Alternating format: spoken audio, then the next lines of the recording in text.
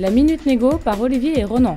Épisode 10. Négocier avec un fournisseur en situation de monopole. Une bataille perdue, c'est une bataille que l'on croit perdue. Pour traiter cette thématique, le mieux c'est encore de répondre à une question précise.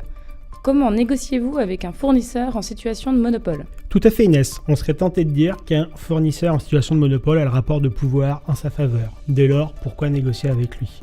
Mais on peut déjà identifier 7 leviers qui nous permettront peut-être de contrebalancer ce rapport de pouvoir. On peut travailler sur le périmètre. On va travailler en amont et distinguer ce qui est ferme de ce qui est prévisionnel. On aura intérêt à gonfler au maximum la part prévisionnelle en la conditionnant aux résultats obtenus lors de la négociation. Ok, merci Ronan. Donc là, tu travailles sur le périmètre du combien, mais on peut aussi travailler sur le périmètre du quand et du qui.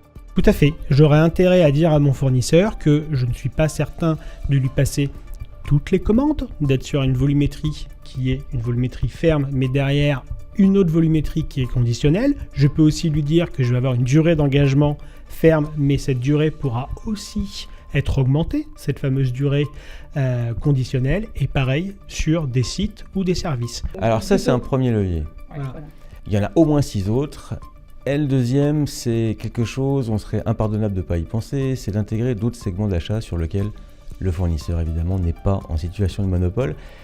Et contrairement à ce qu'on pourrait croire, la situation n'est pas si rare que ça. En mettant d'autres segments dans la balance, je globalise ma négociation et donc je peux atténuer son rapport de pouvoir. Troisième point, et sans doute la plus difficile à appliquer, mais la plus efficace, c'est la respécification.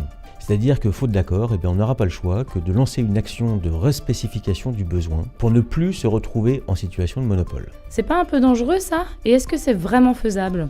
Oui, effectivement, il faut manipuler ça avec beaucoup de précautions. Ce qui va compter, c'est vraiment la manière de le dire. Encore une fois, c'est nous n'avons pas d'autre choix, faute d'accord avec vous, de lancer ce type d'action. Donc on n'a pas une réelle volonté de le faire, simplement. Ce sera une conséquence logique, ce qui nous prémunit d'un échec possible de ce type d'action parce qu'on ne l'a pas affirmé en étant une menace qu'on va appliquer immédiatement. Ce que tu as expliqué dans l'épisode du bluff. Oui, c'est ça.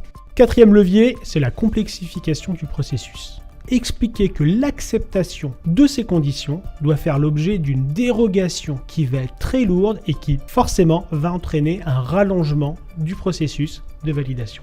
Mais il s'en fout un peu ça, le fournisseur en situation de monopole. Le fournisseur sera peut-être prêt à faire des concessions en l'échange d'une acceptation et d'une validation rapide de ces conditions. Alors le cinquième point, c'est un peu une variante du point précédent, c'est-à-dire que vous n'avez pas le mandat pour accepter les conditions que le fournisseur cherche à vous imposer. Vous allez devoir forcément référer à votre hiérarchie, qui prendra le relais ou refusera, et vous êtes parti pour des discussions à n'en plus finir.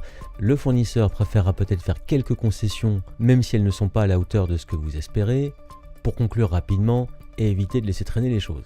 Sixième point, le décalage du projet, voire sa remise en cause. Si vous ne parvenez pas avec les conditions économiques du fournisseur à l'équilibre économique, cela peut remettre en cause le projet et donc l'achat que vous avez effectué chez ce fournisseur. Enfin, il y a un septième point, c'est pas forcément le dernier, mais on peut se mettre en relation directement avec les fournisseurs de rang 2 afin de les aider à développer une solution qui leur permettrait de devenir fournisseurs de rang 1. Et ainsi quitter cette situation de monopole. Est-ce que ces 7 leviers, ils fonctionnent partout ?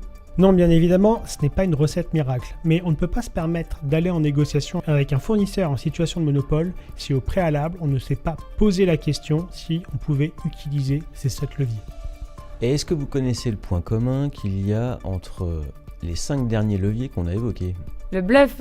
Ouais, mais pas seulement. Ce sont tous des derniers recours. Bien vu. Réécoutez les 2 épisodes précédents. À bientôt pour la Minute Négo 11.